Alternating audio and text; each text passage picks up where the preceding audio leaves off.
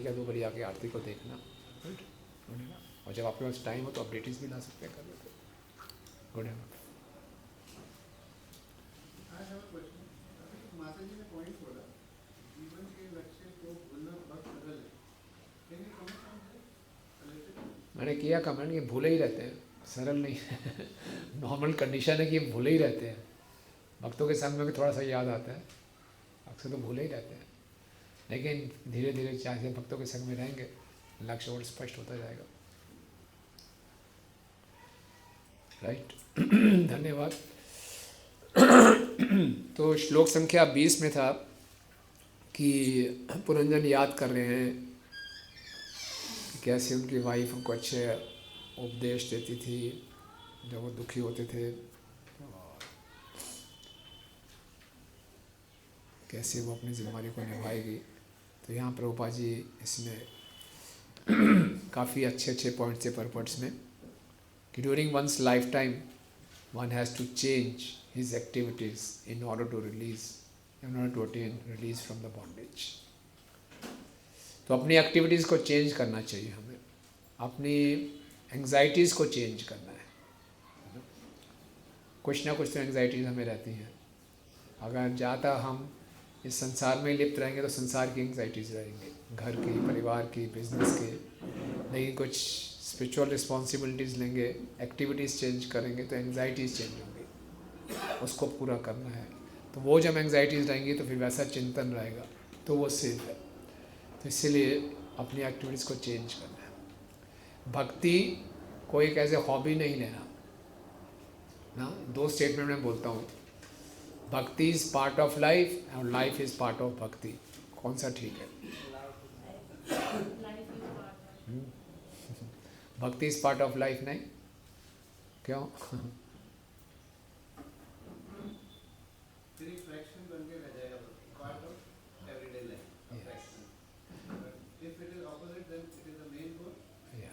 Life is temporary, भक्ति is eternal, है ना। लाइफ तो कुछ शॉर्ट लिव्ड है। So life should be part of भक्ति, नॉट द भक्ति should be part of life. अक्सर जो ज़्यादा हिंदू टेम्पल्स में जाते हैं, जो चर्चेरियन अप्रोच है कि संडे या सैटरडे चले गए चर्च में, उसमें क्या है, या मंदिर में आ गए, तो वो क्या है, भक्ति इज़ पार्ट ऑफ लाइफ। तो हम भक्तों की स्थिति बीच की है। ऐसा नहीं है कि भक्ति हम समझते हैं, लेकिन ऐसा भी नहीं कि लाइफ इज़ पार्ट ऑफ भक्ति। तो पूरा जीवन भक्ति के लिए होना चाहिए। हमारा व्यवसाय भी हम इस ढंग से करें कि वो भक्ति है, तो लाइफ इज़ पार्ट ऑफ भक्ति। तो अब हमारी एक्टिविटीज़ चेंज होंगी, है ना। अदरवाइज़ भक्ति खाली एक छोटा पार्ट रह जाएगा। अक्सर लोग बोलते हैं हमारी पर्सनल लाइफ है, प्रोफेशनल लाइफ है, सोशल लाइफ है, फैमिली लाइफ है, तो स्पिरिचुअल लाइफ भी है, वन पार्ट, है ना। अक्सर लोग आप जाएंगे कॉर्पोरेट सेक्टर में, बोले ऐसे ऐसे मंदिर जाते हैं, स्पिरिचुअल लाइफ भी होना चाहिए कुछ। तो ठीक है, शुरुआत यहाँ से हम सबकी होती है, लेकिन ultimately life should be part of भक्ति। तो हमारी एक्टिविटीज़ चेंज होनी चाहिए, और जो हमारी सो कॉल्ड मटेरियल एक्टिविटीज़ भी हैं वो स्पिरिचुअल होनी चाहिए, बिकॉज लक्ष्य कुछ और है। आप बिज़नेस कर रहे हैं, कुछ भी कर रहे हैं, जैसे प्रभुपाद जी ने बताया था कि आप लोग बिज़नेस करने जाते हैं, पैसा कमाने जाते हैं, तो ये भी उसी समान है जैसे कोई ब्रह्मचारी कलेक्शन के लिए जाता है। मंदिर निर्माण हो रहा है, मंदिर को चलाने के लिए धन चाहिए, तो एक टेम्पल का डिवोटी जाता है कलेक्शन के लिए, लोगों से दान मांगने के लिए। तो जो गृहस्थ में आश्रम में है वो अपने काम धंधा करता है, वो भी किसके लिए जा रहा है, कलेक्शन करने के लिए जा रहा है, भगवान के लिए कलेक्शन करने जा रहा है। ऐसा नहीं कि अपने लिए कलेक्शन करना जा रहा हूँ, कुछ बच गया तो भगवान को दे दिया, उल्टा है। तो एक्टिविटीज़ चेंज होंगी। लेकिन अगर हम सारा काम मनी है, मनी में हमारा मन रहता है तो उसी को लेकर है, तो शुरुआत वहीं से होगी, बुरा ना मानेगा, शुरुआत वहीं से होगी, सच्चाई यही है। तो कलेक्शन के लिए जा रहे हैं, बिजनेस के लिए नहीं जा रहा है, कलेक्शन के लिए जा रहा है। खूब अच्छा कलेक्शन करके आना है। किसको देना? राधा पार्षद जी को देना है। एक्सपेंशन, राधा पार्षद जी का एक्सपेंशन होना है, मेरा वाइंड अप होना है, हमारा अपना एक्सपेंशन प्लान है। तो प्रीचिंग को एक्सपेंड करना है, अपने आप को एक्सपेंड नहीं करना, प्रीचिंग को एक्सपेंड करना है। तो जो मैं कलेक्शन के लिए जा रहा हूँ और प्रसाद के रूप में स्वीकार करना है, ये अगर होगा तो परफेक्ट लाइफ है। और कहना आसान है, I know that it's easy to say, लेकिन इस तरफ बढ़े हम धीरे धीरे, इस तरफ बढ़ना चाहिए, तब हमारा चेतना जो पूरा बदलेगा। फिर हम हमेशा भगवान के बारे में ही सोचेंगे, एक्टिविटीज़ चेंज हो जाएंगी। बाहर लगेगा बड़ा बिजनेसमैन है, कड़क बिजनेसमैन है, यस बिजनेसमैन हूँ, लेकिन कलेक्शन कर रहा हूँ, ठाकुर जी के लिए कलेक्शन कर रहा हूँ। सो एक्टिविटीज़ को चेंज करना बहुत ज़रूरी है। और प्रभु लिखे, if we do not change our consciousness in this life, whatever we do in the name of social, political, religious, communal, national welfare will be the cause of all bondage. नहीं करेंगे, इस चेतना को change नहीं करेंगे कि मैं collection के लिए जा रहा हूँ, तो बॉन्डेज का कारण बनेगा, वो बॉन्डेज का कारण बनेगा। कि भगवान को हमारा पैसा नहीं चाहिए, भगवान को हमारा मन चाहिए। मन मना भव मत भक्त। मनी तो एक माध्यम है, मनी देकर मन लगता है, लेकिन भगवान को तो मनी चाहिए, मनी नहीं चाहिए। तो कॉन्शियसनेस चाहिए भगवान को हमारे, तो इसीलिए इसको बदलना है और अपनी सटल बॉडी को बदलना है।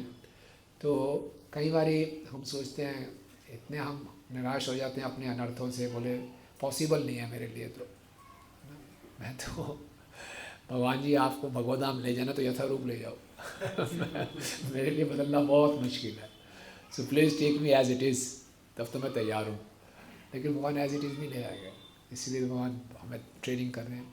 तो कई बार हम इतना गिव अप कर देते हैं, फिर सोचते हैं प्रभु अब अगले जन्म में लड़ाई शुरू करेंगे इस जन्म में थक गया मैं अपने नर्थों से लड़ते लड़ते, मेरा स्वभाव बदल ही नहीं रहा, तो अब अगला जन्म नया शुरू होगा, फॉर्मेट करके फिर बढ़िया से। तो फॉर्मेट नहीं होगा कुछ, तो वही ना, अब तो हो ही गया, इतनी उम्र हो गई, अब क्या कहाँ हो पाएगा चेंज।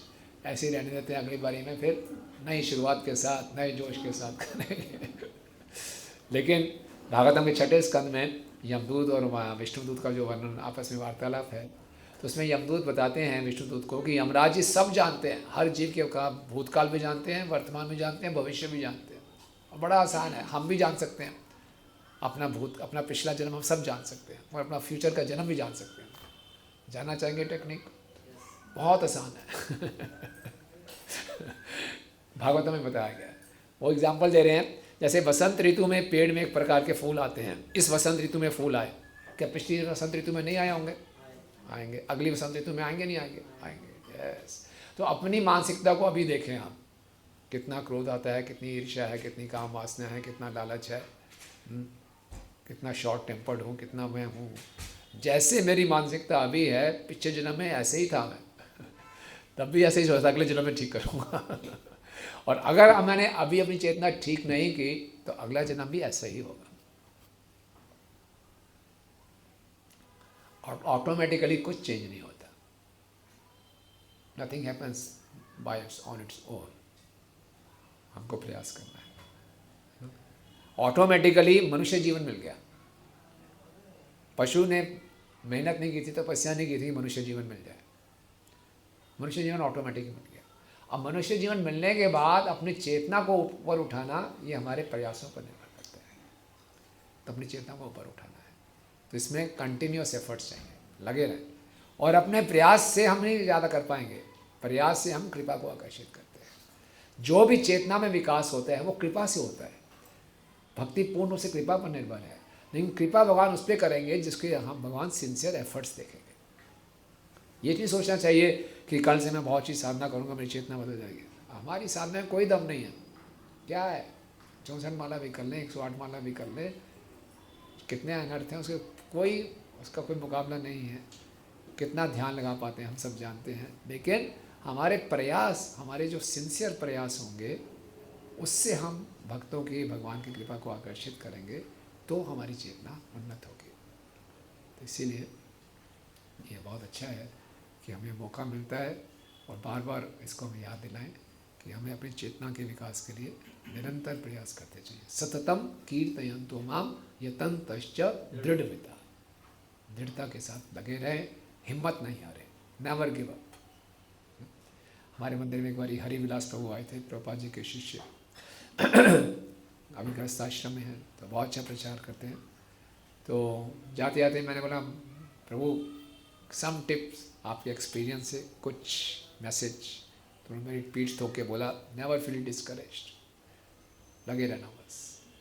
क्योंकि संसार में भक्ति करते हैं तो बहुत कठिनाइयाँ आती हैं, माया के साथ युद्ध लड़ना है, अपने अंदर के अनर्थ, बाहर के लोगों के परेशानियाँ, बहुत परेशानियाँ होती हैं, हम कई बार डिस्करेज हो जाते हैं। नेवर फील डिस्करेज्ड, हमेशा लगे रहें उत्साहपूर्वक। ओके, तो अपनी एक्टिविटीज़ को चेंज करना है, अपनी कॉन्शियसनेस को चेंज करने के लिए हम प्रयास करते रहें, तो कृपा जरूर होगी। भगवान आतुर हैं, प्रभुपाद जी आतुर हैं हम पे कृपा करने के लिए, बस हमें सिंसियरिटी दिखानी है, राइट। इसलिए कहते हैं कि Prabhupada ji, in each and every life one is engage in struggle to become happy. Actually no one in this material world is happy, but the struggle gives a false sense of happiness. Happiness तभी आती है जब हम गुरु साधु शास्त्र की अच्छे ढंग से पालन करते हैं। तस्मात् गुरु प्रपद्येत जिज्ञासु श्रेयसोत्तमः। जिज्ञासु, भागवतम के 11वें स्कंद में राजा निमि के पास नव योगेंद्र आते हैं। राजा निमि राज ऋषि हैं और राजा निमि नव योगेंद्र से प्रश्न पूछते हैं भागवतम 11वें स्कंद के 3रे अध्याय में। अध्याय का नाम ही है लिबरेशन फ्रॉम इल्यूजरी एनर्जी, माया से मुक्ति। तो राजा निमि प्रश्न पूछते हैं, क्या एक स्थूल बुद्धि वाले व्यक्ति का कोई चांस है मुक्त होने का? मोटी बुद्धि, स्थूल बुद्धि है जो पूरा कुछ समझ में नहीं आता मुझे भैया, पूरा देहात्म बुद्धि में मैं लिप्त हूँ, इसका कोई चांस है? क्या लगता है आप? मोटी बुद्धि है, कुछ समझ में नहीं आता और पूरा देहात्म चेतना में, शरीर में लिप्त हूँ, उसका कोई चांस है? तो फिर नवयुग ने बताना शुरू करते हैं कि ऐसा जो मोटी बुद्धि वाला व्यक्ति है उसके लिए सबसे बड़ा सुख होता है इंद्र तृप्ति का सुख, मैथुन का सुख। तो बहुत प्रयास करता है, फिर सोचता है कि सुख और बढ़ा सकता हूँ, खूब धन कमाऊँगा, खूब धन भी कमा लेता है, फिर भी सुख नहीं होता। फिर बोलता है शायद स्वर्ग लोक में जाके अच्छी सुविधाएं हैं, बड़े बड़े यज्ञ करता है, स्वर्ग लोक में भी चला जाता है, वहाँ भी उसको उतना वो सुख नहीं मिलता। तो सारे ब्रह्मांड में भटकने के बाद उसको सुख कहाँ मिलता है? तस्मात् गुरुम प्रपद्ये जिज्ञासु श्रेयसोत्तमः। जब एक प्रमाणिक गुरु के शरण में आके जिज्ञासा करता है कि असली आनंद कहाँ है, तो उसको असली आनंद प्राप्त होता है। तो स्थूल बुद्धि वाला होते हुए भी गुरु की कृपा से असली आनंद प्राप्त कर सकता है भगवान की सेवा में जुड़कर। तो इसलिए ये हमारा सौभाग्य है कि हमें ये सब सुविधाएं प्राप्त हैं, हमें बस अपने आप को अप्लाई करना है। प्रभुपाद जी बोलते हैं process is simple but requires sincere application. Okay, so सुखम आत्यांतिकम यत्तत् बुद्धिग्राहम अतीन्द्रियम। ओके, तो ये सब बहुत अच्छे पॉइंट्स थे, राइट। हाँ माता जी।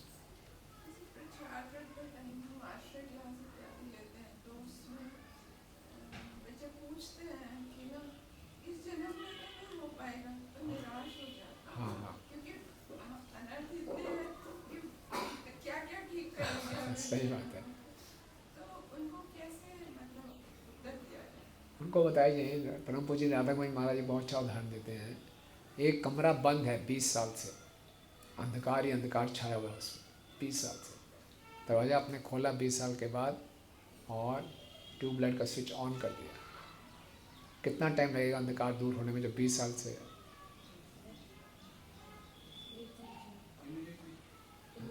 ऐसा अंधकार ये लगेगा 20 साल पुराना अंधकार हूँ, आराम आराम से जाएगा? नहीं, स्विच ऑन होते ही फट खत्म सारा अंधेरा दूर। इसीलिए लगे रहे हम, भगवान ने स्विच ऑन करना, ठक खत सब खत्म हो जाएगा। जैसे पीछे में उदाहरण दिया था, पेट्रोल का टैंक, एक चिंगारी लगानी है सब जल जाएगा। आपने पुराना स्कूटर चलाया था कभी, लैम्ब्रेटा वाला, किक मारने वाला चलाया था किसी ने? अच्छा देखा, हमने चलाया हुआ ना कई बार।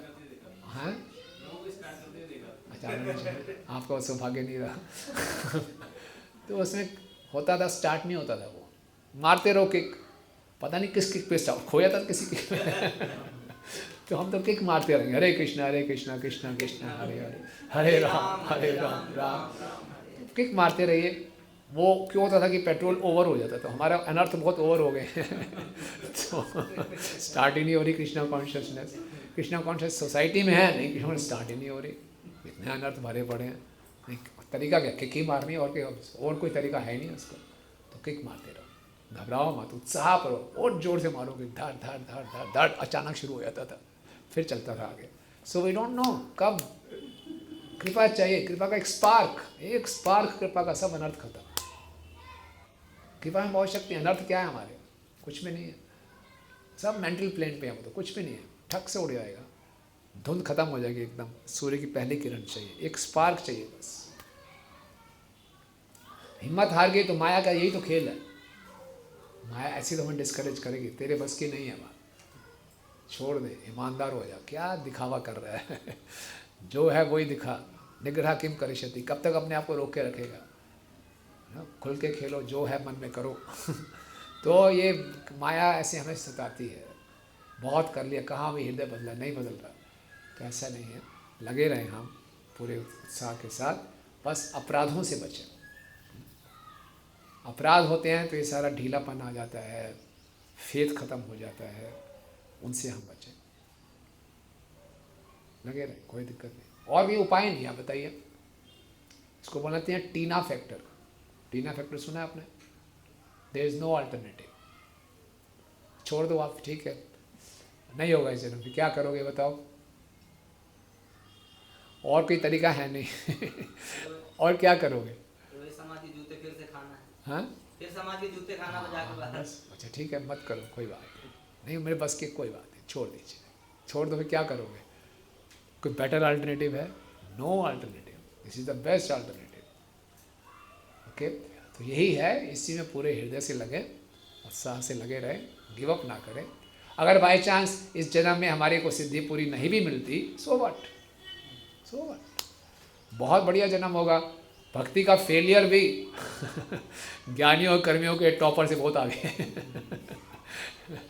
अगर फेलियर भी है भक्ति में, फेलियर तो कोई है ही नहीं इसका मतलब कोई, तो फिर तो इसलिए इसमें उत्साहित ही रहना चाहिए। ये हमारी ईगो है कि इस लाइफ में नहीं जा पाऊँगा, इसमें क्या होगा, नहीं गए तो क्या होगा, अगला जन्म तो बहुत अच्छा होगा, जो भी होगा,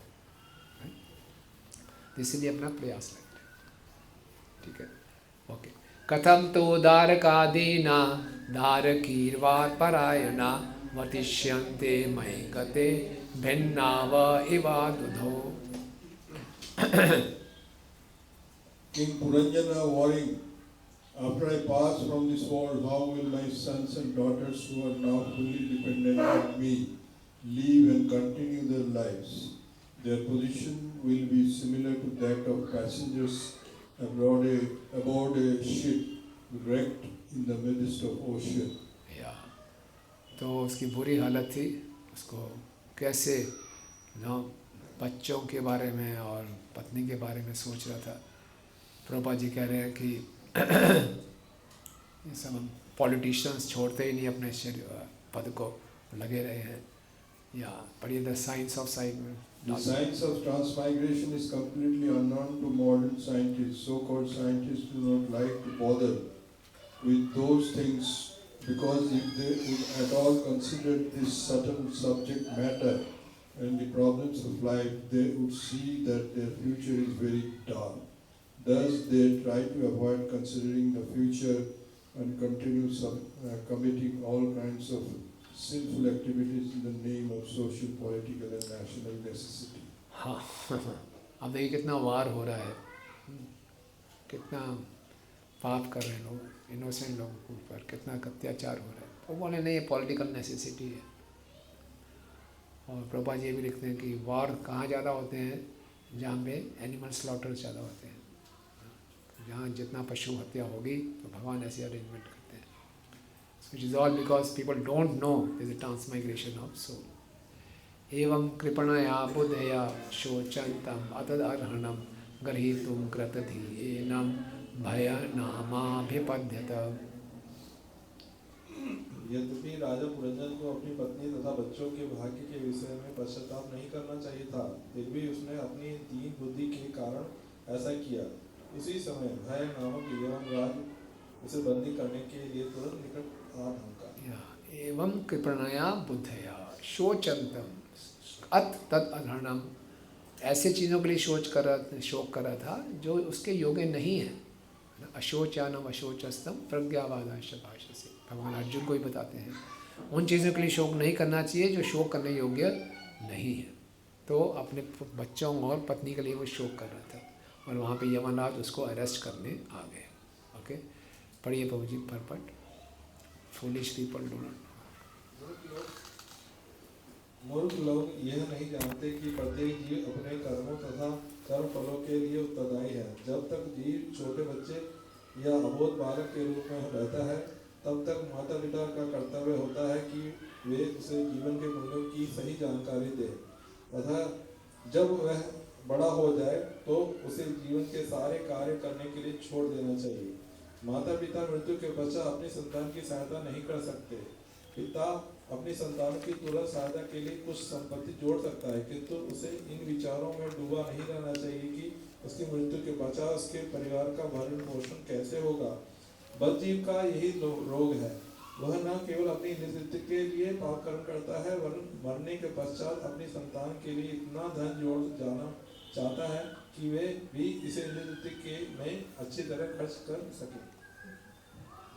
जो भी हो, प्रत्येक प्राणी मृत्यु से भयभीत रहता है, इसलिए मृत्यु को भय कहा गया है। यद्यपि राजा पुरंजन अपनी पत्नी तथा संतान के विषय में सोचने में लगा हुआ था, किंतु मृत्यु ने उसकी प्रतीक्षा नहीं की। मृत्यु किसी मनुष्य की प्रतीक्षा नहीं करती, वह अपना कार्य तुरंत निपटाती है। चूंकि मृत्यु बिना किसी हिचक के जीव को अपने साथ ले जाती है, अतः नास्तिकों के लिए यह चरम ईश्वर साक्षात्कार है, जो इस चेतना को भुलाकर मात्र अपने देश समाज और रिश्तेदार के बारे में ही सोचते हुए जीवन बर्बाद करते रहते हैं। इस लोक में अतः अत्यंत सार्थक है, क्योंकि इसका अर्थ है कि मनुष्य को अपने सब परिवार के सदस्य, देशवासियों तथा समाज के कल्याण कार्यों में अत्यधिक व्यस्त नहीं होना चाहिए। इनसे मनुष्य का आध्यात्मिक विकास नहीं होता। दुर्भाग्यवश आज के समाज में तथाकथित शिक्षित व्यक्तियों को आध्यात्मिक उन्नति के विषय में कोई ज्ञान नहीं है। यद्यपि मनुष्य जीवन पाकर उन्हें आध्यात्मिक उन्नति करने का अवसर मिलता है, किंतु वे कृपण बने रहते हैं। वे अपने संबंधियों, देशवासियों, समाज इत्यादि के विषय में सोचकर अपने जीवन को अनुचित ढंग से उपयोग में लाकर इसे बर्बाद करते रहते हैं। मनुष्य का वास्तविक कर्तव्य है कि वह मृत्यु का पर विजय पाना सीखे। श्री कृष्ण ने भगवद गीता 4.9 में मृत्यु को जीतने की विधि बताई है। जन्म कर्म च अमे दिव्यम एवं योगति तत्वतः तत्वदेह पुनर्जन्म नेति मामेति सो अर्जुन। हे अर्जुन, जो मेरे प्राकृतिक तथा कर्म के दिव्य प्रकृति को भली भांति जानता है, वह शरीर त्यागने के बाद इस जगत में पुनः जन्म नहीं लेता, वरन वह मेरे शाश्वत धाम को प्राप्त होता है। जो पूर्ण श्री कृष्ण भावना भावित है, वह इस शरीर को त्यागने के बाद दूसरा शरीर धारण नहीं करता, वरन भगवान के धाम वापस जाता है। प्रत्येक व्यक्ति को यह सिद्धि प्राप्त करने का प्रयास करना चाहिए। दुर्भाग्यवश ऐसा न करके लोग समाज मित्रता, प्यार तथा संबंधियों के विचार में मग्न रहते हैं, किंतु यह कृष्ण भावनामृत आंदोलन सारे विश्व के लोगों को मृत्यु को जीतने की शिक्षा दे रहा है। हरि बिना न स्वति तरती, भगवान की शरण ग्रहण किए बिना कोई मृत्यु पर विजय प्राप्त नहीं कर सकता। पशुवद यावनैलेश नियमाना स्वकंक्षयम् अन्वद्रन्वन अनुपथ शोचन्तो वृषम आतुरा। जब यवन गण राजा पुरंजन को पशु की भांति बांधकर उसे अपने स्थान को ले जाने लगे, तो राजा के अनुचर अत्यंत शोकाकुल हो उठे। उन्हें भी विलाप करते हुए राजा के साथ साथ जाना पड़ा। जब यमराज तथा उसके दूत जीव को न्याय के स्थल ले जाते हैं, तो प्राण इच्छाएं आदि भी जीव के अनुसार के रूप में उसके साथ जाती हैं। इसकी पुष्टि वेदों में हुई है। जब जीव यमराज द्वारा बंदी बनाकर ले जाया जाता है, तम उक्रमांतम, तो प्राण भी उसके साथ चला जाता है। प्राणो अनुक्रमाति, और जब प्राण निकल जाता है, प्राण अनुक्रमयंत, तो सारी इंद्रियां सर्वे प्राण भी साथ चली जाती हैं। अनुक्रमयंती, जब जीवात्मा तथा प्राण निकल जाते हैं, तो पंच तत्वों से उत्पन्न पदार्थ का पिंड पीछे छूटा रह जाता है। जब जीवात्मा न्यायालय में पहुंचता है, जहाँ यमराज तय करता है उसे कैसा शरीर मिले। आधुनिक विज्ञानी इस विधि से अपरिचित हैं। प्रत्येक जीव इस जन्म में अपने कर्मों के लिए उत्तरदायी है, और मृत्यु के बाद उसे यमराज के दरबार में ले जाया जाता है, जहाँ वह तय करता है कि उसे किस तरह का अगला शरीर मिले। यद्यपि स्थूल शरीर छूट जाता है, किंतु जीवात्मा तथा उसकी इच्छाएं, उसके विगत कर्मों के फल उसके साथ साथ जाते हैं। या तो यमराज पर निर्भर करता है कि पिछले कर्मों के अनुसार वह उसे कैसा शरीर प्रदान करे। पुरीं विहायोपगत उपरधो भुजंगमा यदा तम एवानुपुरी विश्रृण प्रकृतिं गता।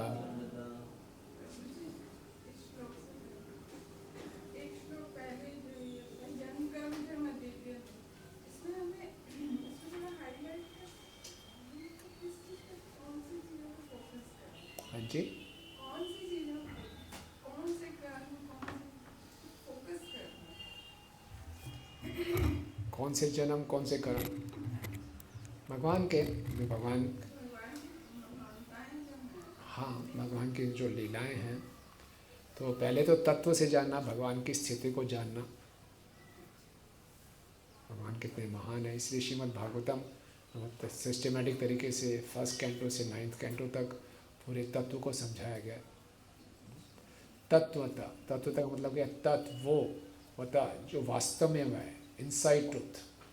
जैसे गाय है, दिखने में एक पशु है, लेकिन तत्व क्या है उसका, 33 करोड़ देवता इसमें निवास करते हैं। नित्यानुभव, दिखने में अवधूत हैं, कोई साधारण को मानता नहीं। तत्व क्या है, स्वयं भगवान है। चैतन्य महाप्रभु को लोग भक्त मानते हैं, लेकिन तत्वता क्या है, वो श्री कृष्ण चैतन्य, राधा कृष्ण, नहीं अन्य। तो तत्व, उनकी असली सच्चाई क्या है, उसको जानना। तो जन्म कर्म च मे दिव्यम एवं वेति तत्वता, वास्तव में जानना भगवान को। कि भोक्तानां यज्ञ तपसाम सर्वलोकम महेश्वरम सुहृदम सर्वभूतानां ज्ञात्वा माम शांति पृच्छति।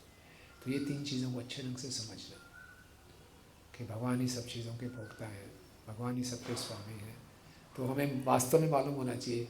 तत्व तो ऐसे जान जाएंगे तो वास्तव में मानेंगे कि मेरे घर, मेरी फैक्ट्री के मालिक भगवान है। कहने के लिए नहीं बोलेंगे, कहने के लिए नहीं बोलेंगे, वास्तव में ये मेरे भगवान है। तो कैसे हम वास्तव में तत्व तक आने, ये एक्टिविटीज़ करके, ऐसे कार्य करके कि भगवान ही मालिक है, भगवान ही वास्तव में भोगता है। तो इस संग से हम जितनी जितनी हमारी चेतना शुद्ध होती जाएगी, उतने में ये भाव आता रहेगा कि भगवान ही हमारे सबसे प्रिय मित्र हैं, भगवान ही असली मालिक हैं, भगवान ही भोगता है। तो हम भगवान को यथारूप जान पाएंगे, उनका असली कि असलियत क्या है, एसेंस क्या है भगवान के। तो इसी ढंग से कर्म, भगवान के जो कर्म हैं, लीलाएं हैं, वो दिखने में बहुत ही भ्रमित करने वाली लीलाएं हैं। भगवान की रास लीला है, भगवान कहीं झूठ बोल रहे हैं, कहीं पॉलिटिक्स कर रहे हैं, अक्सर लोगों को समझ नहीं आता। उसके तत्व क्या है, अपने भक्तों की प्रसन्नता के लिए कर रहे हैं। तो भगवान कितने महान है, अपने भक्तों की प्रसन्नता के लिए कहीं तक भी जा सकते हैं। तो उन कर्मों की इस दिव्यता को जानना, उनके तत्व को जानना, उसको अप्रिशिएट करना वास्तव में। तो जितना इसको जानेंगे उतना हमारा भगवान के प्रति प्रेम बढ़ता जाएगा कि भगवान इतने महान है। कालिया लीला सिंपल व्यक्ति छोटे से भगवान से फन को ट्रांस कैसे करते हैं? जैसे आप, किसी का बेटा बीमार है तो डॉक्टर के पास जाएगा, डॉक्टर बोलेगा ब्लड टेस्ट कराओ, सारी टेस्ट कराओ। तो पूरे टेस्ट करा के वो देख रहा है कि बेटा क्या है। तो डॉक्टर उसको तत्व से नहीं जानता, खाली उसके वो जानता है कि इतना हीमोग्लोबिन है, इतना ब्लड शुगर है, इतना ब्लड प्रेशर है, सारे पैरामीटर उसके सामने हैं। मतलब ये तो मैं जानता हूँ, इस मरीज़ को मैं जानता हूँ, ये जानता हूँ। लेकिन जो माँ है वो तत्व से जानती है क्या है मेरा बेटा, इसके स्वभाव क्या है। ये तो खाली ऊपर ही ऊपर से बातें करके वो डॉक्टर वाली बातें, हाँ मेरे पास एक्सरे भी है, MRI भी है, सारा उसका डाटा भी है, लेकिन वो तत्व से नहीं जानता उस। यस माता जी।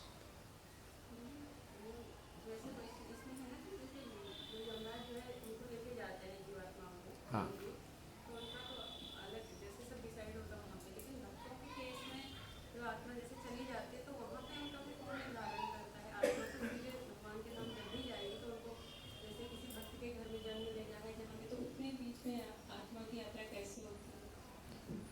हाँ, जैसे वैसे तो विष्णु दूत आएंगे जिसने भगवत धाम जाना है। तो जिसने अभी भगवत धाम पूरी भक्ति पूरी नहीं हुई है तो उसको लेने यमदूत नहीं आएंगे, ऐसा नहीं। यहाँ तो यमदूत को प्रताड़ित करते हुए ले जाते हैं, तो भक्तों को ऐसा नहीं होगा। तो कहाँ उसका वर्णन है, मैंने पढ़ा नहीं, किसी ने पढ़ा तो बताइए। सुना है मैंने चैतन्य प्रभु के मुख से कि ऐसे देवदूत आते हैं, बड़े आराम से इनको ले जाते हैं यमराज जी के पास, और फिर निर्धारित होता है कि किस परिवार में इसका जन्म होगा, कैसे होगा।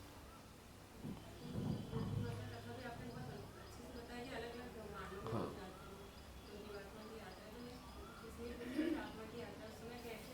माइक से बोलिए। हाँ, यही पूछ रही थी क्योंकि आपने बता दी थी कहीं लिखा नहीं। अच्छा जीवात्मा की यात्रा था गरुड़ पुराण में डिटेल होता है। अच्छा, गरुड़ पुराण में बताइए। तो लेकिन जो पाप करते हैं उनके लिए तो यमदूत आ रहे हैं, जिसने भक्ति की उसके लिए यमदूत नहीं आते। यमदूत देवदूत और सर विष्णुदूत ही होते हैं। देवदूत आते हैं हमें, जो देवदूत हमें ले जाएंगे और फिर वहाँ से फिर पुनर्जन्म मिलता होगा। ठीक है, सीरियस मत ना हो, मतलब ऐसे ही तो उसके केस में सब देख रहे हैं कहाँ फिट हो।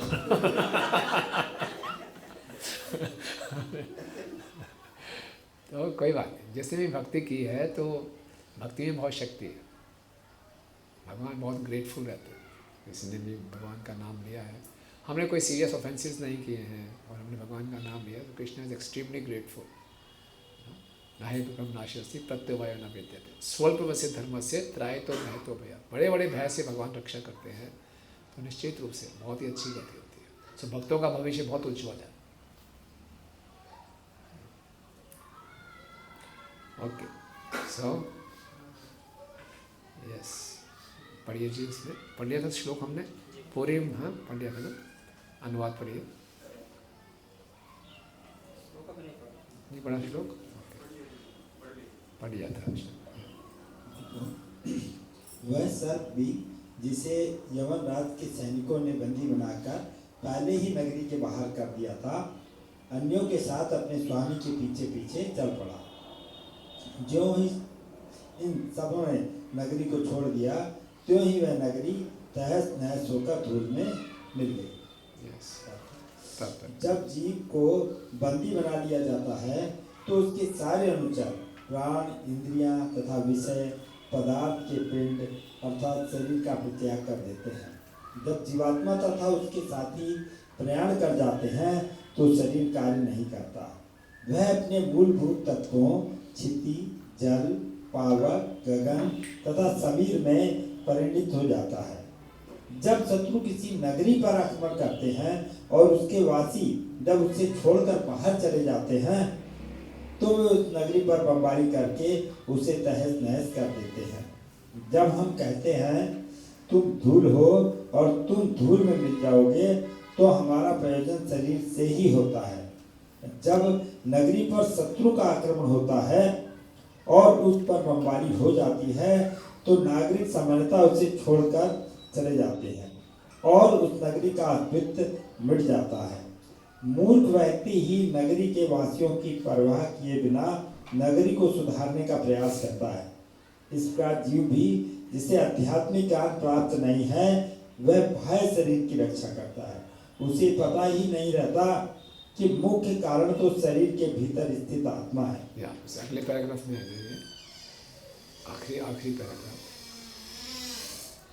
आखिरी पैराग्राफ पढ़िए।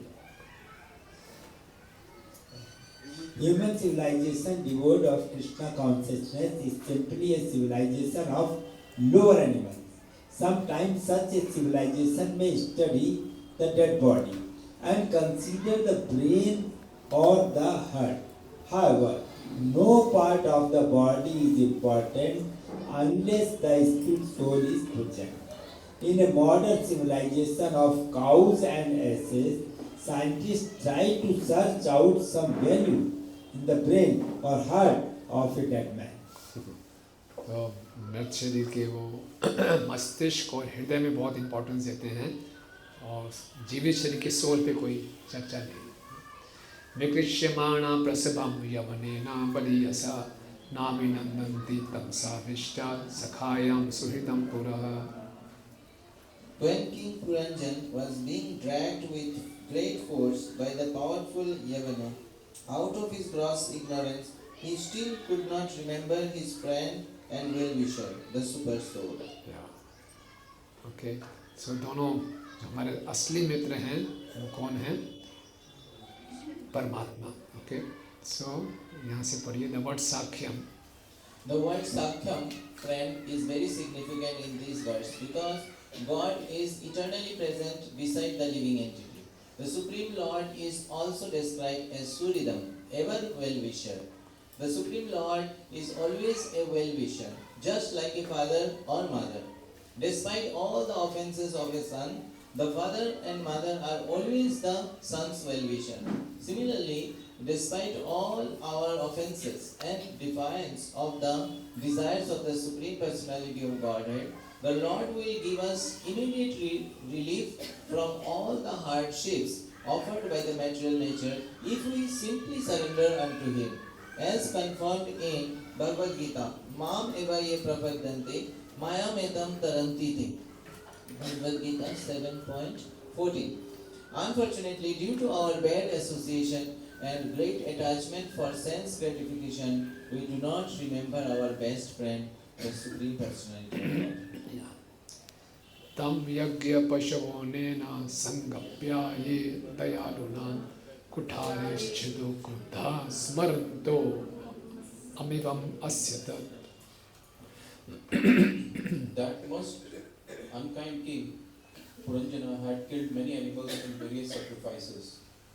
Now taking advantage of this opportunity, all these animals began to pierce him with their horns. It was as though he were being cut to pieces by axes. Yeah. Okay.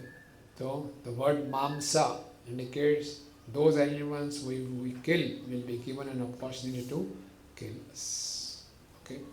Anantapare tamasi magno nashta smriti sana shashvatir anubhyarartin pramada sangadushita. Due to his contaminated association with women, a living entity like King Puranjana eternally suffers all the pangs of material existence and remains in the dark region of material life, bereft of all remembrance for many, many years. Yeah. Okay. Beautiful. This is a description of material existence.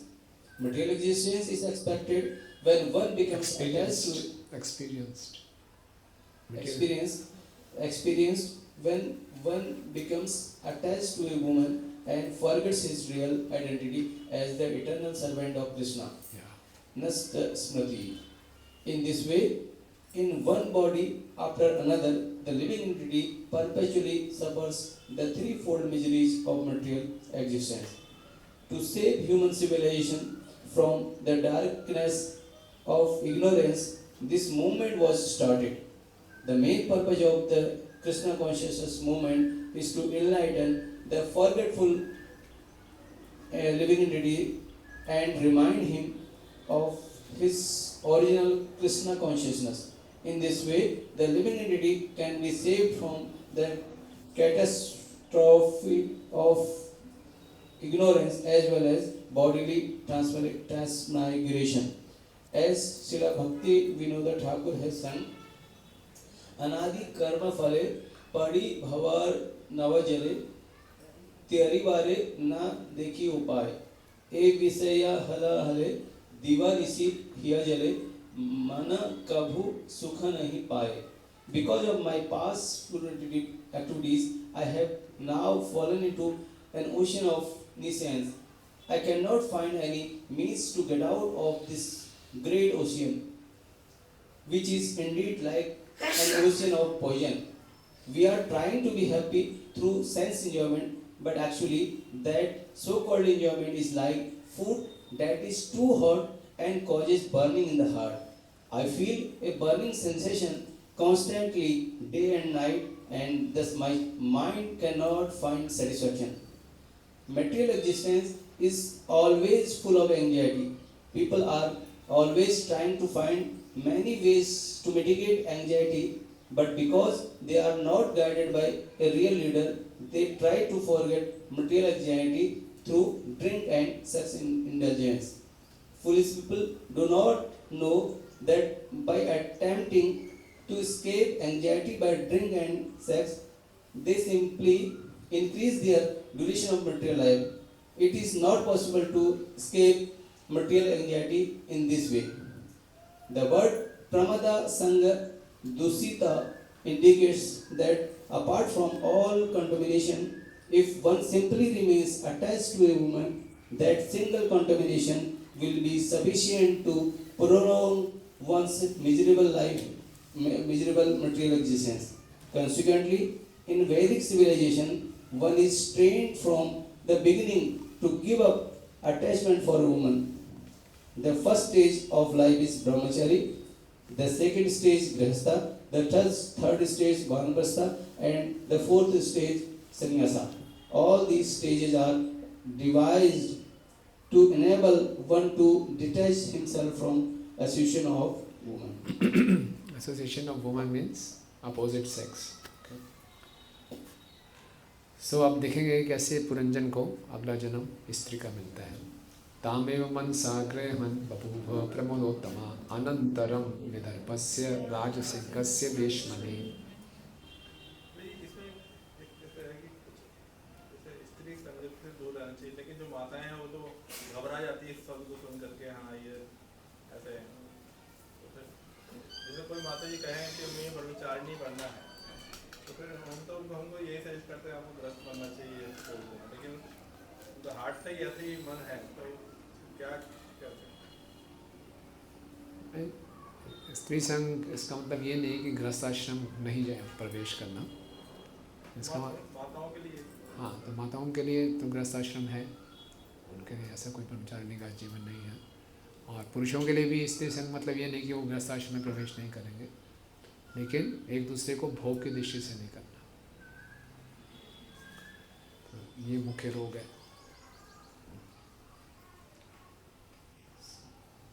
उसके कारण ये बंधन का कारण है कि उसको हम एक भोग की सामग्री के रूप में देख रहे हैं, तो वही बंधन का कारण।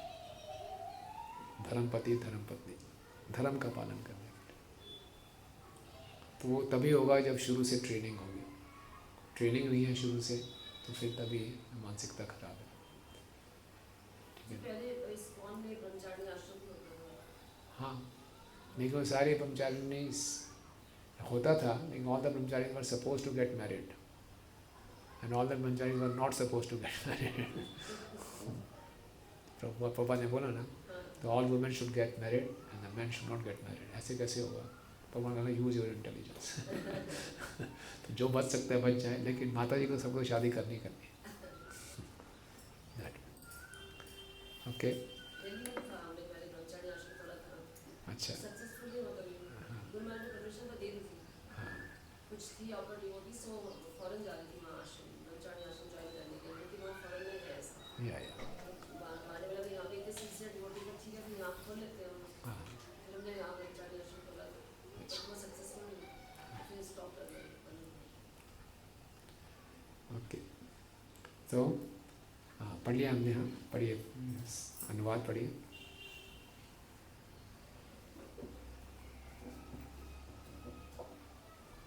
क्योंकि राजा पुरंजन ने अपनी पत्नी का श्रवण करते हुए अपने शरीर का त्याग किया था, अतः वह अपने अगले जन्म में अच्छे कुल की एक अत्यंत सुंदर स्त्री बनी।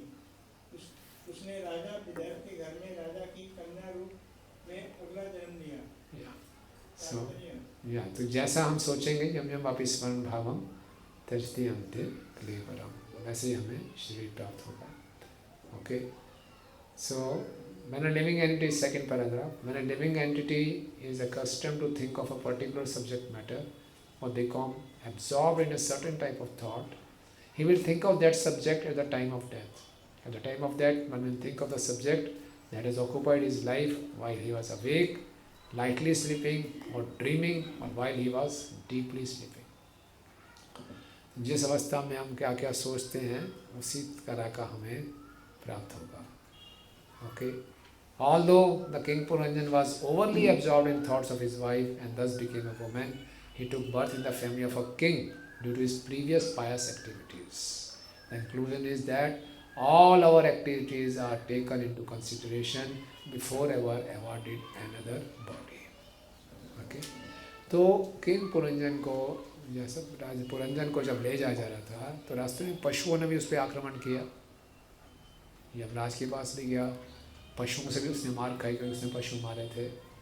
फिर विष्णुआचार्य ठाकुर जी बताते हैं वो स्वर्ग में भी रहा काफ़ी साल, क्योंकि उसने बड़े यज्ञ किए थे, कुछ यज्ञ सफल भी हुए थे। तो बहुत साल यज्ञों में स्वर्ग में रहने के बाद फिर क्योंकि उसने अब स्त्री का स्मरण किया, तो फिर इसको एक अच्छे घर में, राजा के घर में राजकुमारी बना। तो हमारी हर एक्टिविटीज़ को देखा जाएगा। तो विश्वनाथ ठाकुर जी बता रहे हैं कि नारद मुनि ने ये नहीं बताया कि वो स्वर्ग में रहा ताकि वो फिर अटैच हो जाएगा उसका डिटैचमेंट वीक पड़ जाएगा, तो ये नहीं मेंशन किया। ये मेंशन किया कि रास्ते में पशुओं ने भी उसको तंग किया, उसको मारा और फिर दोबारा से वो राजकुमारी बन गया। बीच वाला पार्ट नारद मुनि ने मेंशन नहीं किया, सारा पर्पस वीक पड़ गया अच्छा स्वर्ग में जाऊँगा, चलो कुछ तो है मिलेगा, नहीं तो वो स्वर्ग वाली बात ही नहीं की। 13 दिन तक आत्मा को फिल्टर किया जाता है, तो पहले 13 दिन का समय होता है। 13 दिन तक समय होता है, सही है। घर में कॉकरोच को वाकई मार देते हैं तो क्या करें? हाँ जी, घर में कॉकरोच को मार देते हैं किचन में, तो कॉकरोच मच्छर तो उसका पाप लगता है। आप बताइए, सिन फ्री है कोई नथिंग इज फ्री। कॉकरोच को उठा के बाहर क्या करता है? इसको उठाओ और बाहर। कोशिश कीजिए क्लीनलीनेस जितना रखिए उतना अच्छा, जितना सफाई रखेंगे उतना इससे उतने ही रहेंगे। आज ही वैसा तो वैसा प्रभु जी बोल मिला है कॉकरोच। हाँ जी, प्रभु जी बोल रहे हैं उनका कॉकरोच है किचन में, जल्दी आओ। प्रभु भी डरते तो मैंने उठा के ऐसे प्लेट में था, थाली में उठाया और बाहर भी लगा। खटमल सबसे खतरनाक होता है, वो तो ऐसा दीवारों में बच्चे पैदा करता ना कि उसको तो पूरा खून ही चूसता हो। जीनियस अगर होगा ना तो हम सब इन योनियों से निकल के आ चुके हैं इसीलिए हो रहा है या तो हम इनका मजाक उड़ा रहे हमने भी किसी का खून चूसा होगा हम भी कॉकरोच उड़े थे, किसी ने उठा के फेंका होगा, सब निकल के आ चुके सही में ओके। उपयमय वीर्यपाणम वैधर्मिमल ध्वजा युधि निर्जित्य राजन्यान पांड्या पुरपुंजया। पढ़िए please. It was fixed that Vidarbhi, daughter of the king Vidarbha, was to be married to a very powerful man, Malladhwaj, an inhabitant of the Pandu country. After conquering other places, he married the daughter of king Vidarbha. तो देखिए उसका अब उसको भक्ति प्राप्त हो गई, ये बड़ी विशेष बात है कि ये उसका सौभाग्य था।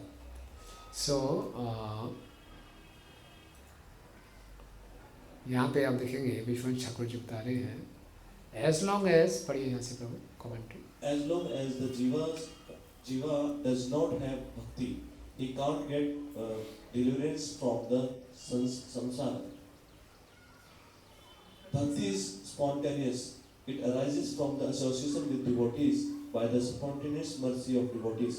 That is shown in the Puranjana next life as Vidarbhi, where he attached association with a devotee through marriage. हालांकि भक्ति नहीं की थी उसने पिछले जन्म में, सेक्रीफाइसेस किए थे, पुण्य काम किए थे, उसके कारण उसको राजा की बेटी बन गई। लेकिन मल्यध्वज नाम के एक व्यक्ति से उसकी विवाह हो गया। और मल्यध्वज का मतलब क्या है? Malyadhwaj means the best among the devotees who are equal to Malya mountain range since they are worthy of the same worship. तो ये उसको प्राप्त हो गया। तो प्रभु यहाँ पे वो कई श्लोक लिख रहे हैं जिसमें बताया जाता है कि भक्तों के संग से ही भौतिक जीवन समाप्त होता है। These verses show that bhakti arises in the jiva in some birth from sudden association with a devotee. So Mallidhwaj had defeated other kings. This means that he had uprooted all sins, offenses, time and karma. Pandya means he was from Pandya province, or he could discriminate between matter and spirit. Parpuranjaya means he who conquered the cities of enemy, or who cut the doubts arising from other philosophies. Okay? तो इस प्रकार से वो एक भक्त का उनको संग मिला। तो यहाँ से पढ़िए, the name Malyadhwaj. The name Malladhwaj signifies the great devotee who stands as firm as Malya hills, and through his propaganda make other devotees similarly as firm. Such a Mahabhagavata can prevail over the opinion of all others. A strong devotee make propaganda against all other spiritual conceptions, namely Jnana, Karma and Yoga. With his devotional flag unfurled, he always stands fast to conquer other conception of transcendental realization. Whenever there is an argument between a devotee and a non-devotee, the pure, strong devotee comes out victorious. The word Pandya comes from the word Panda, meaning knowledge. Unless one is highly learned, he can't conquer non-devotional conception. The word Para means transcendent and the Pura means city. The Parapura is Vaikuntha, the kingdom of God, and the word Jaya refers to one who can conquer. This means that a pure devotee who is strong in devotional service and who has conquered all non-devotional conception can also conquer the kingdom of God. Okay okay, तो वो भगवान के उसके प्राप्त किया, right. और यहाँ प्रभुपा जी पहले बताइए, शुभ में पढ़िए please. It is customary among the Kshatriyas. Starting में प्लीज, मैं भूल गया हूँ. It is customary among Kshatriya for a princess to be offered under certain conditions. For instance, Draupadi was offered in marriage to one who could pierce a fish with an arrow simply by seeing the reflection of that fish. Krishna married one of his queen after conquering 7 strong bulls. The Vedic system is for a daughter of a king to be offered under certain conditions. Vidarbhi, the daughter of Vidarbha, was offered to a great devotee and powerful king. Since King Madhyadhwaja was both a powerful king and a great devotee, he fulfilled all the requirements. The name Madhyadhwaja. यहाँ से पढ़ लिया था आपने. सो जैसे कोई राजकुमार को राजकुमारी से विवाह करना है तो कुछ करके दिखाना होता था, है ना. तो मलयध्वज ने ऐसा क्या किया कि वैदर्भी को उसको प्राप्त हुआ. तो बोले कि वो बहुत powerful and king great devotee. तो विश्वनाथ जी बता रहे हैं कि उनकी जो असली पावर थी, he had great mercy as is great power. तो बहुत कृपालु थे, यही उनकी शक्ति थी. तो वैदर्भी को ऐसी कोई योग्यता नहीं थी, बस कृपा से वैदर्भी को वो पति प्राप्त हो गए. तो वीर्यपाणा ये शब्द आता है ऊपर ना श्लोक में, वीर्यपाणम, उसका स्वीकार किया. ओके. तस्याम सजनयां चक्र आत्मजान असितिक्षणम यवीयस सप्त सुतान सप्त Dravid भूभ्रता. King Malayadhwaj fathered one daughter who had very black eyes. He also had 7 sons who later became rulers of that tract of land known as Dravida. Thus there were 7 kings in that land. तात्पर्य पढ़िए. King Malayadhwaj was a great devotee, and after he married the daughter of King Vidarbha, he gave her one nice daughter, whose eyes were black. Figuratively, this means that the daughter of the King Malayadhwaj was also bestowed with devotional service, for her eyes were always fixed on Krishna. A devotee has no vision in his life other than Krishna. The 7 sons are the 7 processes of devotional service: hearing, chanting, remembering, offering worship, offering prayers, rendering transcendental loving service, and serving the lotus feet of the Lord. Of the 9 types of devotional service, only 7 were immediately given. The balance, friendship, and surrendering everything were to be developed later. In other words, devotional service is divided into 2 categories, namely Vidhi Marg and Rag Marg. The process of becoming friends with the Lord and sacrificing everything for Him belongs to the category of Rag Marg, the stage of developed devotional service. For the neophyte, the important process are those of hearing and chanting, Shravanam, Kirtanam, remembering Krishna, worshipping the deity in the temple, offering prayers, always engaging in the service of the Lord, and worshipping the lotus feet of the Lord. The word Yavi Yasha indicates that these processes are very powerful. After a devotee engages in the process of Shravanam, Kirtanam, Vishnu Smaranam, Pad Sevanam, Archanam, Vandanam, Dasyam, and is able to secure these processes, he can later become a devotee capable of rendering spontaneous devotional service, namely Sakhyam and Agama Nivedanam. Generally, the great acharyas who preach devotional service all over the world belong to the category of Sakhyam, Agama Nivedanam. A neophyte devotee cannot actually become a preacher. The neophyte is advised to execute devotional service in the 7 other fields, Shravanam, Kirtanam, etc. If one can successfully execute the preliminary 7 items, he can in the future be situated on the platform of Sakhyam Atma Nivedanam. The specific mention of Dravid Desh refers to the 5 Dravid Deshas in South India. All are very strong in rendering the preliminary devotional processes, Shravanam, Kirtanam. Some great acharyas like Ramarjunacharya and Madhavacharya also came from Dravid Desh and became great preachers. They were all situated on the platform of Sakya Atma Nivedanam. Yeah. So कोई कह सकता है neophyte should not preach, so we should not preach. And they call it only Acharya should preach. Yeah. So for us preaching is a sadhana. हमारे लिए preaching sadhana है. Shravanam, Kirtanam. Kirtanam is preaching under guidance. So we are not, preaching happens by compassion. किसी के हृदय में बहुत करुणा है, उसका प्रचार होता है. तो हमारे हृदय में सकता है उतनी करुणा ना हो, लेकिन साधना कर कर के ऐसे साधना करेंगे तो फिर हृदय सॉफ्ट होगा, फिर करना होगा. ओके. राग मार्ग है, तो रागों का भक्ति वाले बहुत कुछ पढ़ाते हैं, लेकिन क्लियर नहीं होता कि ये रागों का भक्ति हम कर रहे हैं या इसका कोई स्टेज होता है या फिर किसके मार्गदर्शन में करना चाहिए या जरूरत नहीं है. ये तो लंबा टॉपिक है ये. लेकिन हम लोग राग मार्ग पे हैं, हम लोग विधि मार्ग में नहीं हैं. विधि मार्ग होता है जो वैकुंठ में जाता है. राग मार्ग देने ही चैतन्य महाप्रभु आए हैं, क्योंकि गोलोक वृंदावन में जाएगा. तो हमारा वही आराध्य भगवान विजय चैतन्य तद्धाम वृंदावनम, ये हमारा उद्देश्य है. लेकिन हम राग मार्ग में वैदिक भक्ति कर रहे हैं. साधना भक्ति 2 भाग हैं, रूप गोस्वामी ने बताया, एक वैदिक भक्ति और एक रागानुगा साधना भक्ति.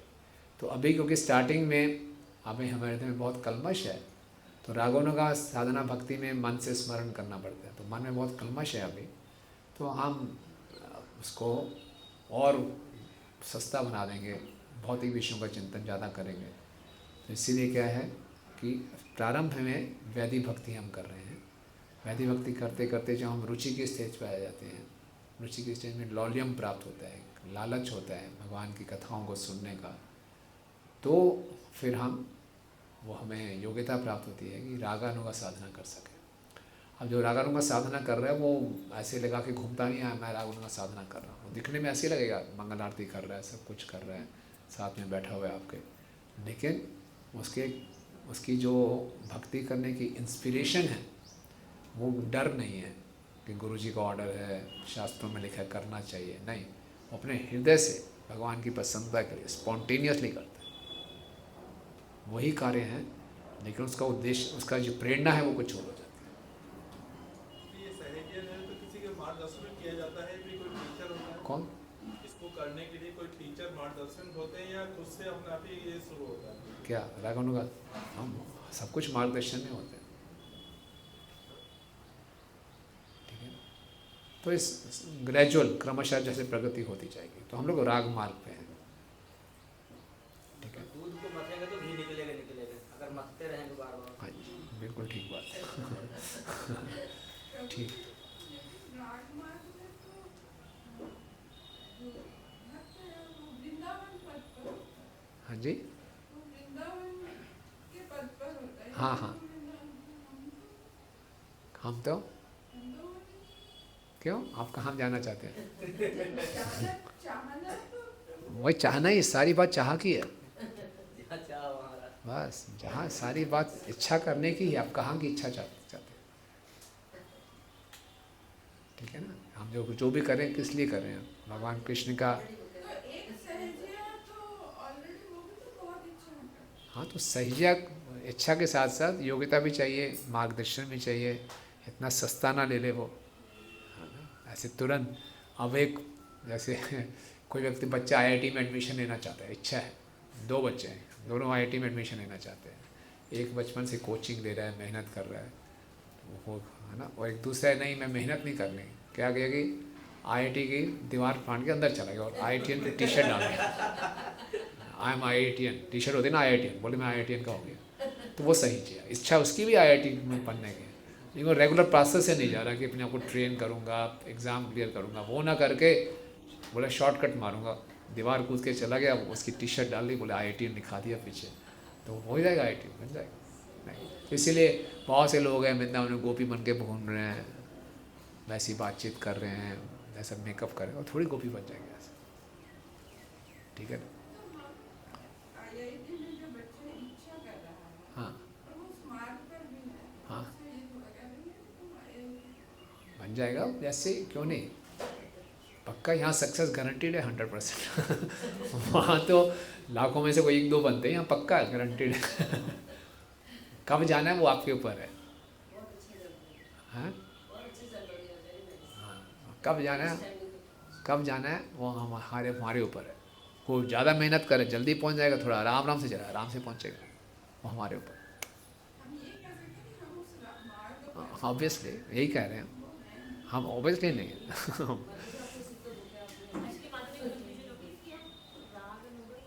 नहीं राग मार्ग में है, मार्ग में ही है रास्ता। पुरंजन से वैदर्भी वगैरह हमारे इस समय हुआ ना रघुनाथ राघव प्रभु से हाँ रत्नावली। हाँ यस। राघव प्रभु थे, प्रभुपाद जी के शिष्य थे, बुक डिस्ट्रीब्यूटर थे। वो फिर एक ब्रह्मचारी थे और वहाँ पे एक माता जी भक्त आती थी, हाँ उनसे वो आसक्त हो गए थे और फिर एक एक्सीडेंट हुआ, शरीर छोड़ा, तो फिर वो अगले जन्म में गुजरात में एक घर में पैदा हुई। और ये पूरी स्टोरी आपको नेट में मिल जाएगी।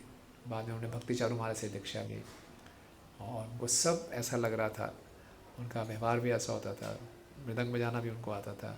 तो भक्तों के बीच में जाके, ब्रह्मचारी के बीच में मृदंग भी जाती थी, वो सब बुलाते थे महाराज लोग भी, कृष्ण क्षेत्र स्वामी महाराज, सबसे उसने बहुत उसको लग रहा, सब याद आनी शुरू हो गए थे। तो उसने अपना शेयर किया, तो सब मैच होता गया डिटेल्स, तो पक्का पूरा। राघव प्रभु थे, राघव प्रभु बुक डिस्ट्रीब्यूटर हैं। गूगल में रीइंकार्नेशन स्टोरी पढ़ लीजिए, राघव प्रभु ऐसे करके आ जाए, इस्कॉन ऐसे लिखिए आ जाए। राघव प्रभु फॉरनर गुजरात में होता है। ओके, कहाँ थे हम? हाँ, एकस्या भवत्तेषां राजन अर्बुदम भोक्ष्यते यद वंशधरैर्मन्वन्तरं परम महिमन्वन्तरं परम। पढ़िए।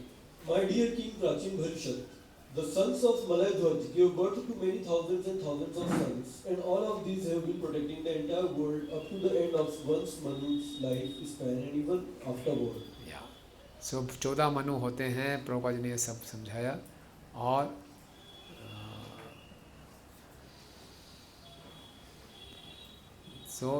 यहाँ पढ़िए, द वर्ड भोक्ष्यते। The word bhokshate is very important in the words just as a king. The word bhokshate is very important in these words. Just as a king gives protection to his citizens, these devotees, following the principles of devotional service, will give protection to all the people of the world. The people of the world are very much harassed by so-called religious principles, swamis, yogis, karmis and gyanis. But none of these can show the right way to become elevated to the spiritual platform. There are primarily 4 parties spreading devotional service all over the universe. These are the Ramanuja Sampradaya, the Madhav Sampradaya, the Vishnu Swami Sampradaya and the Nimbal Sampradaya. The Madhu Gaudiya Sampradaya in particular comes from Lord Chaitanya Mahaprabhu. All these devotees are spreading this Krishna consciousness movement very widely and giving protection to innocent people who are being so much embarrassed by the pseudo-avtaras, swamis, yogis and others. Okay. कितना आवश्यक है प्रचार करना। हम प्रचार नहीं करेंगे तो इतने उल्टे सीधे संस्थाएं, उल्टे सीधे स्वामी आध्यात्मिक के नाम पे कितना धोखेबाजी चल रही है, वो लोग बेचारे भटक जाते हैं, है ना। अगस्त्य प्राग दुहितरम उपयेमे धृतव्रतम यस्याम दृढ़ुच्यतो जाता इदो महात्मजो मुनि।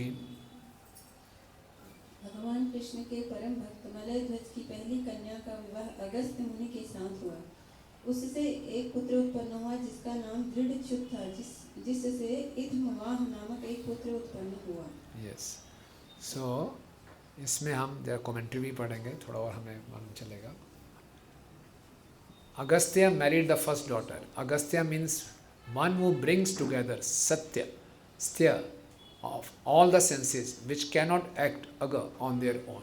This means the mind which accepted taste for Krishna, the first daughter. पहली लड़की का नाम क्या था? मलय ध्वज की लड़की का नाम क्या था? नहीं, उसकी वाइफ थी वो तो, असितिक्षणा, जिनकी आंखों में हमेशा कृष्ण रहते थे, ठीक ना। तो उसका मतलब क्या है? और अगस्त्य कौन है? मन। तो मन ने किससे विवाह किया? असितिक्षण क्या है? आंखों में कृष्ण है, यानी कि रुचि। सो मन ने उसको रुचि प्राप्त हो गई। The taste produce from a vows of mercy, tolerance and other good qualities, drid vritam. This means from taste by great mercy the mind of the jiva then developed asakti for serving Krishna. That asakti was devoid of attachment, drid, to Satyalok and other places. This means it had distaste for enjoyments of this world and the higher worlds. Or there developed a distaste for other practices like Gyan or for liberation. This means the mind was completely devoid of desire for other practices or goals because of the exclusive taste for serving Krishna. ठीक है? तो मैं फिर बताता हूँ। तो मन ने रुचि, जो लड़की थी, उसका मतलब भगवान में उसकी रुचि थी, तो मन को रुचि प्राप्त हो गई, और फिर रुचि से वो क्या हुआ? आसक्ति। तो जब ये हुआ तो उनका बेटा कौन हुआ? दृढ़च्युत। दृढ़च्युत का मतलब है कि बहुत दृढ़ था, और ऐसा दृढ़ था कि गिरूंगा नहीं। कहाँ नहीं गिरूंगा? इस संसार के सुखों में, सत्य लोग जाना, यहाँ जाना, कुछ नहीं चाहिए, या फिर ये ज्ञान मार्ग चाहिए, कर्म मार्ग चाहिए, नहीं। दृढ़च्युत था, गिरने के लिए बिल्कुल ना गिरने के लिए दृढ़ था, यानी कि अच्युत था, नहीं गिरेगा। क्यों? आसक्ति पूरी हो गई थी भक्ति में। तो ये सब कैसे हुआ? He had a son Idhmavaha who carries firewood for sacrifice. Okay, this is famous in Shruti passage. Tad vijnanatham sa gurum eva gacchet samit pani shrutitiyam brahma sanishtam. With fuel in hand, one should approach a guru learned in Vedas and fixed in the Lord for the knowledge of the Lord. Mundak Upanishad. It means surrender to Guru. तो ये सब कैसे प्राप्त हुआ? कि दूसरे लोगों में कोई रुचि नहीं है, केवल भक्ति में आसक्ति है। ये हुआ गुरु की सेवा करके। जो अगला बेटा था उनका नाम था इडमाहा।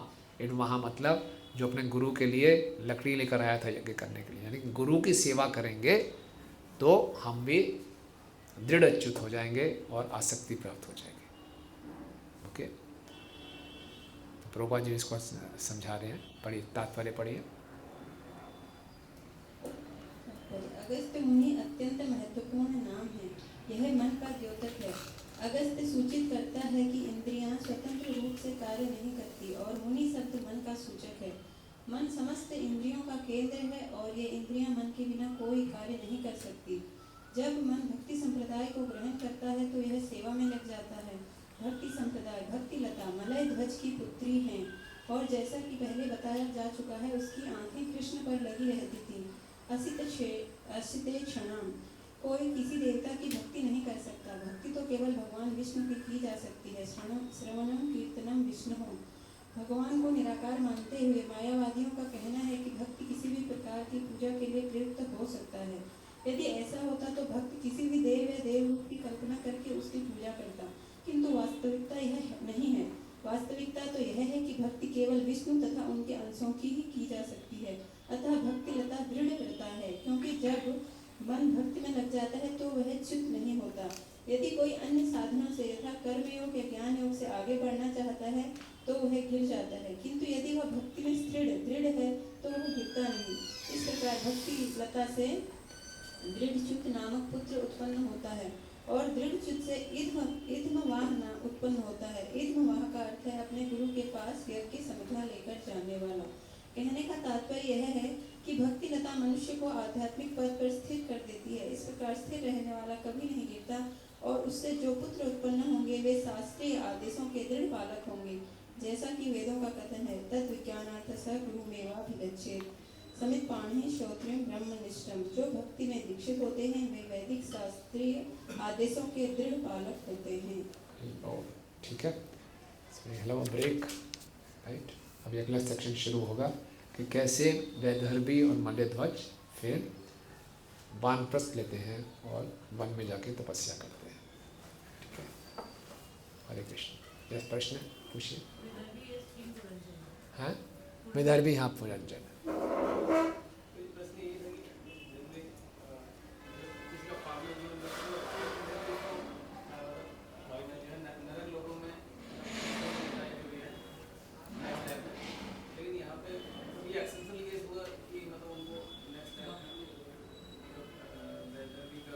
नहीं, उसने जो पाप हुए तो जिन पशुओं की हत्या की, उन पशुओं ने उसको तंग किया, पूरा उसको मारा, पूरा काट पीट किया, पीछे आया ना। हाँ, तो पाप का भी फल मिला, पुण्य का भी फल मिला। जो कुछ जगह उसके सफल हुए तो पुण्य थे, उसके लिए स्वर्ग लोक में रहा काफ़ी सालों तक। और फिर क्योंकि पत्नी का स्मरण किया तो स्त्री का शरीर मिला। अब वो हमेशा ही थोड़ी रहेगा। पाप का फल मिल गया, पुण्य का फल मिल गया, और क्या स्मरण किया था, क्या इच्छाएं थी, तो स्त्री का शरीर मिला। तो इसलिए प्रभात कह रहे हैं हर एक्शन को रिकॉर्ड किया जाएगा, ऐसा नहीं है, फेयर डीलिंग है। उसको सिंगों से बेधा गया। हाँ। हमारे जीवन कोई कष्ट है, हमें भी बेधा ही जा रहा है। हाँ, तो निर्भर करता है किस प्रकार का पाप है। तो कुछ पापों का फल हमें इसी पृथ्वी में मिलेगा, कुछ पापों के लिए हमें नरकों में यातना सहनी पड़ेगी।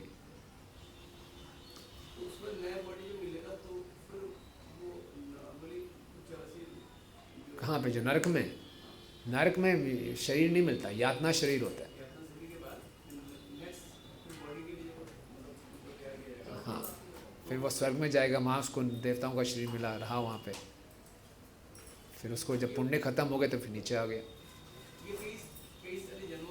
हाँ, ऑब्वियसली, हाँ। अब जो निम्न योनियों में होता है वो फटाफट निकल जाता है, टाइम पता नहीं चलता। ये भगवान की कृपा है कि नरकों में जो समय का रिलेटिविटी है, लेकिन वो कैसे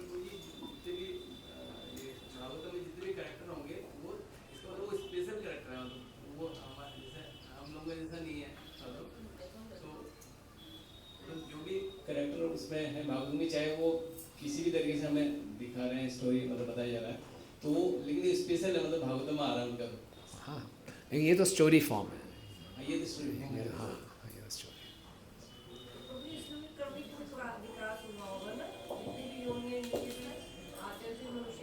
नहीं, ऐसा नहीं, जरूरी नहीं है कि दोबारा से हम उसमें से शुरू करेंगे, ऐसा नहीं। स्वर्ग में होकर सीधा हाँ, हाँ, हाँ जी। तो फिर जो उसने पाप किए थे उसको उसका फल मिला। यस, बताइए। हाँ, बताइए।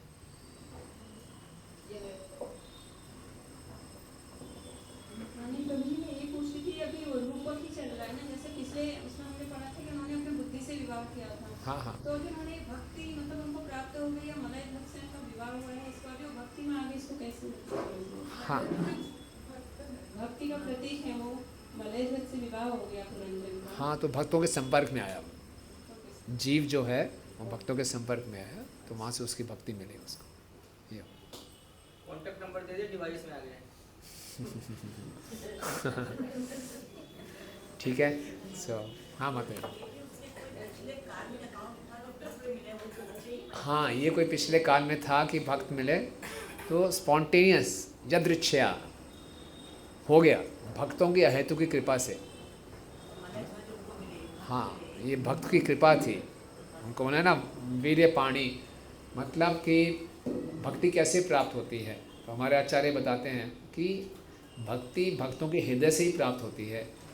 जो भक्तों के हृदय में करुणा होती है उसी से भक्ति में प्राप्त होती है, हमारी कोई योग्यता नहीं है। देखिए, हाँ, वो भक्त जो मिले वो भक्त कृपा से ही मिले से, बाय चांस मिले, उनके हाँ, कार्मिक अकाउंट में ऐसा कुछ था नहीं था, अहेतु के।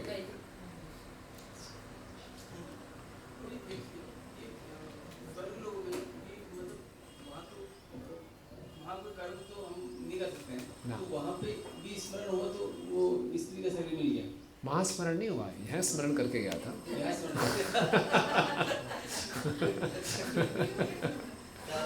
हाँ तो भोग किया उसने, पुण्य जो किए थे उसको एग्जॉस्ट कर दिया उसने, कैश कर लिया सारा। यहाँ जो स्मरण बचा था पेंडिंग वो हाँ वो इच्छाएं साथ में जाती हैं, सटल बॉडी साथ में है।